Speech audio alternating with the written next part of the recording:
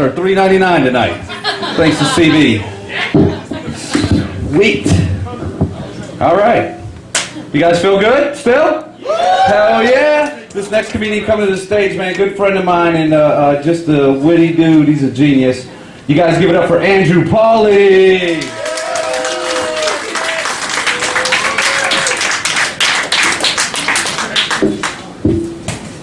Hey, Diem, how you doing? Oh, it's good to be here. When I was a kid, somebody gave me a kaleidoscope, and I loved it. I used to stare at it for hours. And one day I lost it, and I got really sad, and I went crying to my mom, and I said, "Hey, Mom, I lost my kaleidoscope." And she says, "Don't worry about it, I got something for you." And I said, "What's this?" And she says, "It's called acid. You're gonna love it." And she was right. When I was a kid, my dad used to hit me, but only when I really asked for it, because my old man was a good blackjack dealer.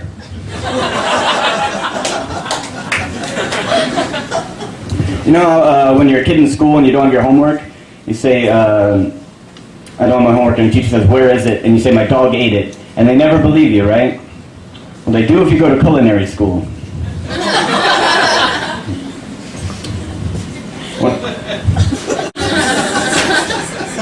When I was in elementary school, I was a good student, but I got in trouble a lot. And one of my teachers sat me down, and she said, "Mr. Pauley, your problem is you don't take direction well." And I looked at her, and I said, "Shut the fuck up." And her jaw dropped, and she got silent. And I said, "Well, at least one of us takes direction well." You think a wolf ever looks at a sheepdog and says, "You fucking sellout"? So, I had this pet raccoon. I didn't really intend to have a pet raccoon, but when you answer your doorbell and there's a basket with a baby raccoon and a note that says, "Please take care of my baby, sincerely, Mama Raccoon." The fuck, right? And the worst thing about having a pet raccoon is we're on different schedules, you know? He's a nocturnal animal and I'm not. So like during the day, if I'm at home, I'm like, "Hey, raccoon, let's watch a movie." And he's like, "No, I'm tired." And then at night, when I'm trying to go to sleep, he's tapping on my forehead like, "Hey, let's go knock over some trash cans." Alright. Your mom can write, but you can't figure out how to open the kitchen cabinets. It helps if you say the right words. Right? Yeah. I need a haircut. I'm not going to get one. Last time I went for a haircut, I'm walking up to the front door of the barber shop. There's a guy behind me in a wheelchair. So I decided to be nice and open up the door for him. And I'm reaching for the handle and I see this sign. It says, "Walk-ins welcome."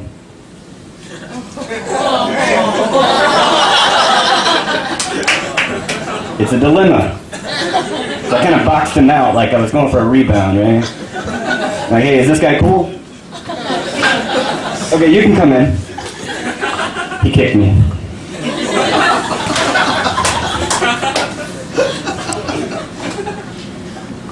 I've had a lot of head injuries. I have. And it affects my memory somewhat. Like I confuse things that sound alike. Like I have a hard time telling the difference between baby seals and Navy SEALs. And a reminder for me is that baby seals are the ones getting their asses kicked. I was in a bar a while ago and I met this guy and he told me he used to be a Navy SEAL and I'm like, who cares? But he kept telling me about it, all his like confirmed kills and his special training. I'm like, that's awesome. Can you balance this ball on your nose? Don't look at me like that. There's a fish in it for you. I read a study the other day. It said the leading cause of wrinkles is not ironing your clothes.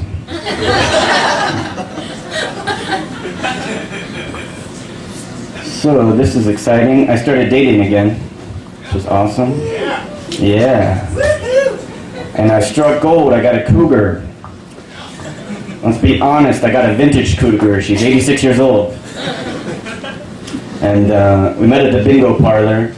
And I had on short sleeves, and she saw my tattoos, and she was like, "Hey, I like your tattoos." And I said, "Thanks. Do you have any?" And she said, "Yeah, and if you play your cards right, I'll let you see them later." And so 6 hands a bridge later, we're back at her place. She claps off the lights, goes over to the phonograph to turn on some Glenn Miller, to set the mood. And we start getting into it, and she shows me her tattoo. It's a tramp stamp of a dolphin. I'm like, why did you get a dolphin tramp stamp? And she said, you'll find out. So we really start getting into it. And all of a sudden I hear this sound, it's like, ee, ee, ee, ee, ee, ee. I'm like, what the fuck is that? So that's my prosthetic hip. Now you know why I got a dolphin tramp stamp. Thanks very much, guys. Enjoy the show.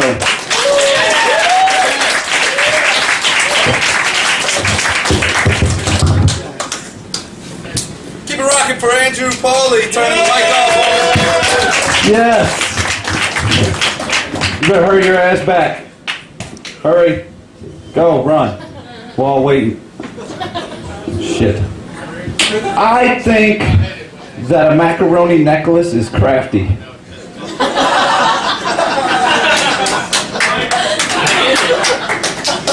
I know that joke's cheesy. Alright. Next comedian coming to the stage. He's a part of the Fool's Day comedy that they do out at the Short Pump for Funny Bone. I don't know. I guess he was for you guys that weren't here. This next guy has been like one of the most memorable nights for me and a lot of people here involved. This next comedian, but put your guys' hands together for Kevin Lacey.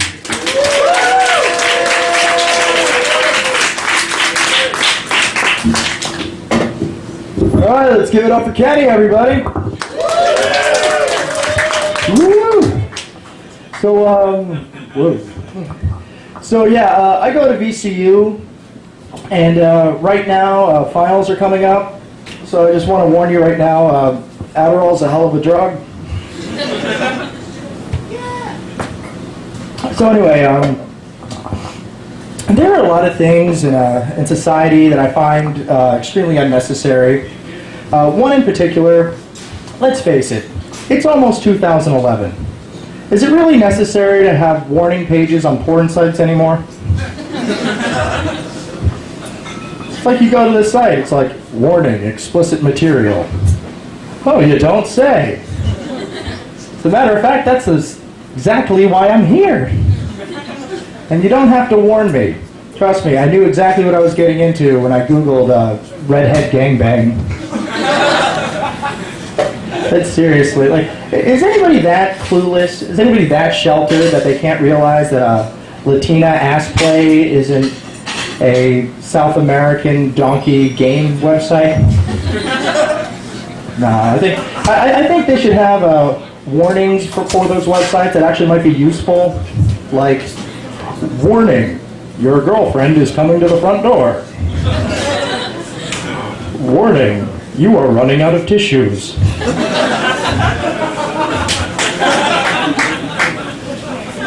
And warning, the library will be closing in 5 minutes. Yeah. So, I'm a firm believer, there's no place like home, unless you're from Alderaan. Yeah, good crowd. So, for those of you who didn't laugh, I suggest watch a movie. So anyway, what do I want to say? Yeah, the Christmas season is coming up, or holiday season for those of you who are pricks. Anyway, for those of you who don't know, I'm Catholic, and I don't look it, but I am Catholic just because I like getting Christmas presents. And the church that I go to every single year for Christmas Eve Mass, they always put on the nativity scene, you know, the manger, 3 wise men, the star, and the whole thing. And last year I was thinking, Christmas is about Jesus' birthday. And yet we only tell the story of his first birthday. He had more than one. I say we switch it up every year. Tell the story of Jesus' 21st birthday. If we did that, the nativity scene would be a hell of a lot funnier, I'll tell you that. The disciples in the background playing beer pong, Jesus passed out on the couch, in his usual pose.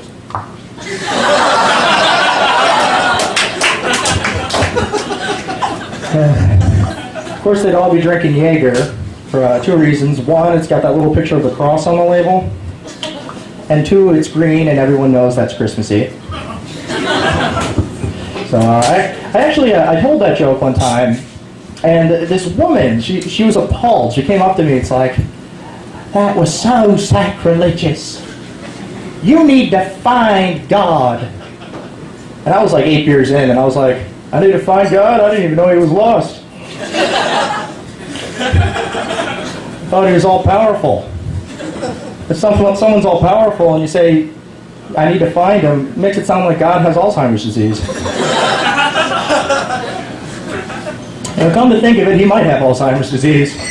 Judging by my generation. Any late 80s babies in here? Yeah. For those of you who are part of my generation, please stop trying to bring the mustache back. Okay, look, unless you're a Civil War general or an old Indian lady, a mustache does not look good on you, okay? It looks good on them, but on you it looks like Freddie Mercury during his AIDS years. It's not a good look. Please, and while I'm on the subject, enough with the gauges, okay? Look, there's nothing wrong with having an earring, all right? But this is not an earring. This makes you look like a Mayan who survived an abortion.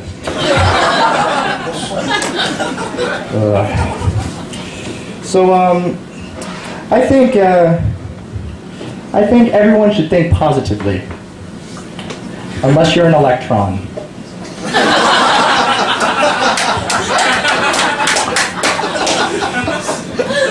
Good crowd, good crowd.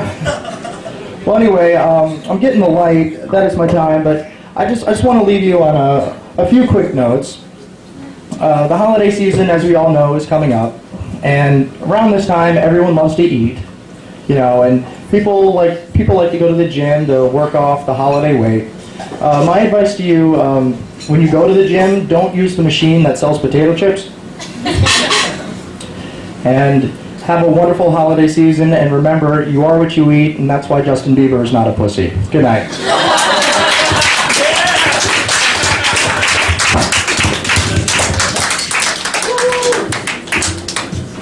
Kevin Lacey, everybody! Adderall and beer, always a good combination. That's how you get fucked up in college. Make up shit, right? Oh, what did I hit home with a lot of you guys? You guys offended about that shit? You guys talking about God and Adderall and beer offend you. Shame on you guys, shame. All right, we're going to keep this thing rolling, man. This next comedian coming to the stage, what can I say about him? Maybe his people were here before my people. It's a good thing they put away their clubs and stopped beating their wives.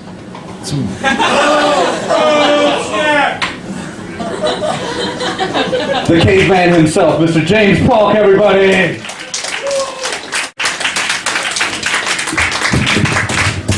Word up, I'm a wife beater. That's gonna lead to me being much funnier later, I bet.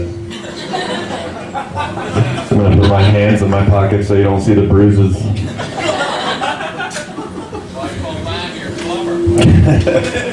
A plumber? Plumber.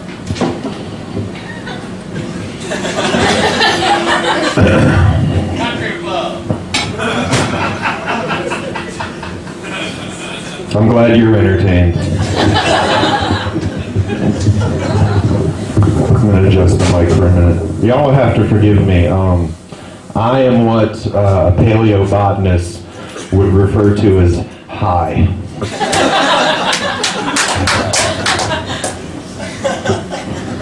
So I'm freaking out. I feel like I'm the owl in some stoner Tootsie Pop commercial. Some little kid just came up to me and was like, "Excuse me, Mr. Owl, how many joints does it take to get to the center of the entire universe?" And I was like, "Let me see, kid. 1, 2,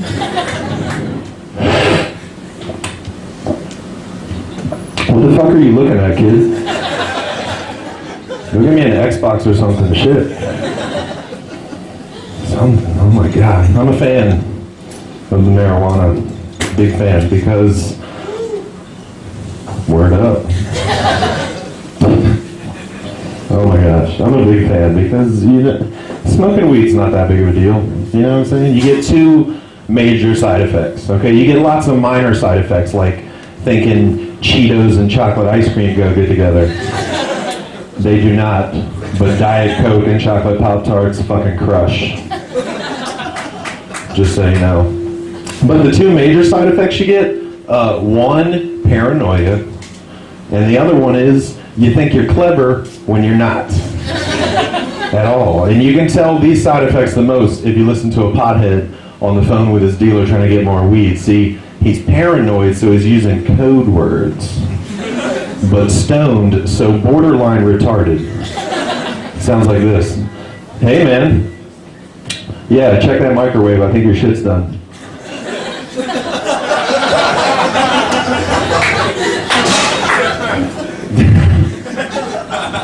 It's like an obstacle course up here. It's ridiculous. It's like, hey, man. Yeah, your popcorn's done? Cool.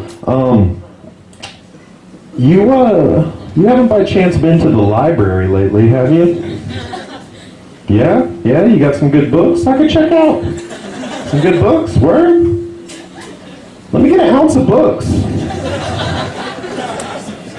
The worst part is he's usually just standing there talking into his hand just like that.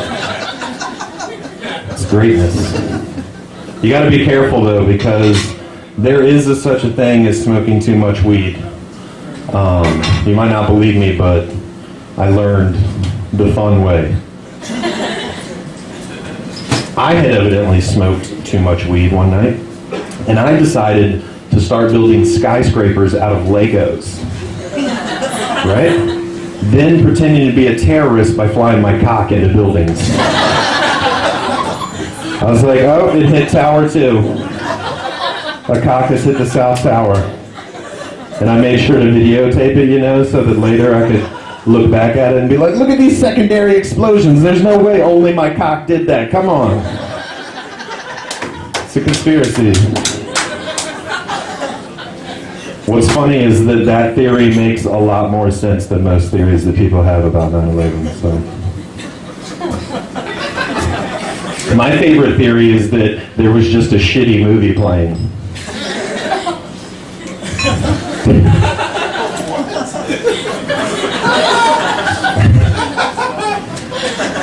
Okay, a couple shitty movies, I guess.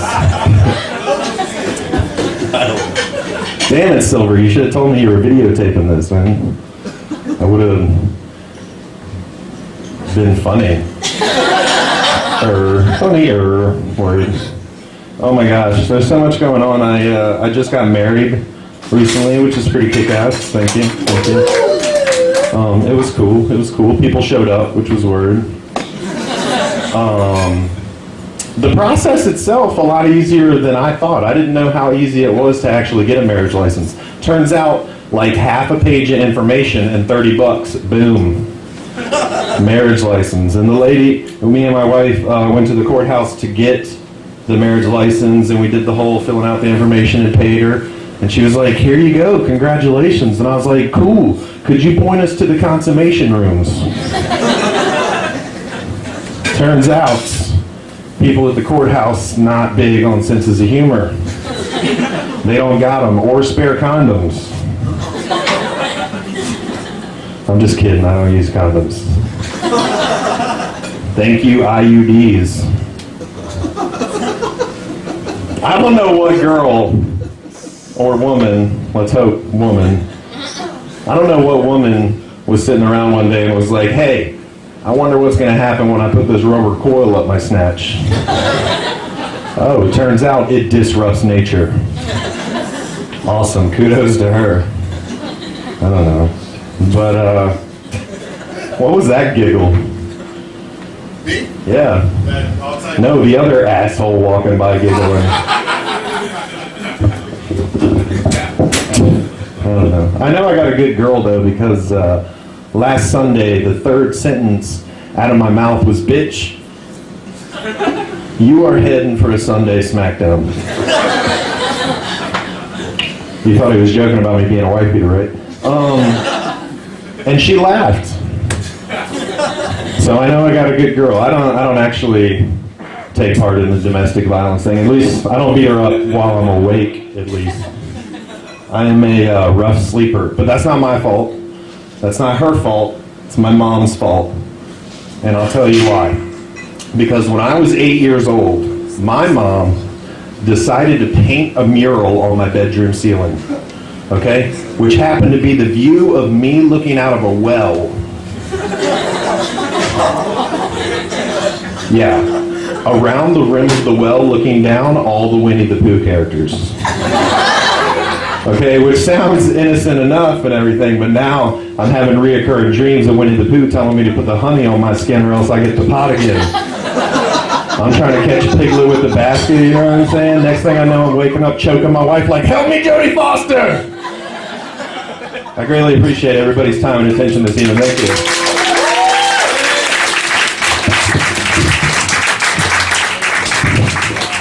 James Paulk, everybody. We'll get this mic straightened out. Hey, you guys having a good time? You guys cool with making some room for some people, though? You're taking up a lot of space over there. There's only two of y'all. We got some people standing up in the back. Can we do a background check on you guys real quick? Make sure it's cool. Anybody want to come sit up here? These guys got some space for 2 or 3 people. No. All right, then, whatever. Fuck it. James is my boy, man. He's one of my good friends. I was actually at his wedding, and we had a funny interaction. I was sitting down, and he was coming around, and he was saying hi, and as a married guy now, and it kind of hit me because he was standing at the table, and I was just sitting there, and I was like, "Hey, dude, you got look at you, got your wedding ring on now. You're a married dude." And he looked at me, and he's like, I got this ring at Walmart for $12, but don't tell anybody." And the only thing I could think to say to him was, "How about you don't tell anybody?" You expect me to do shit that you... All right, whatever. That's it. Hey, asshole walking by. Fuck you.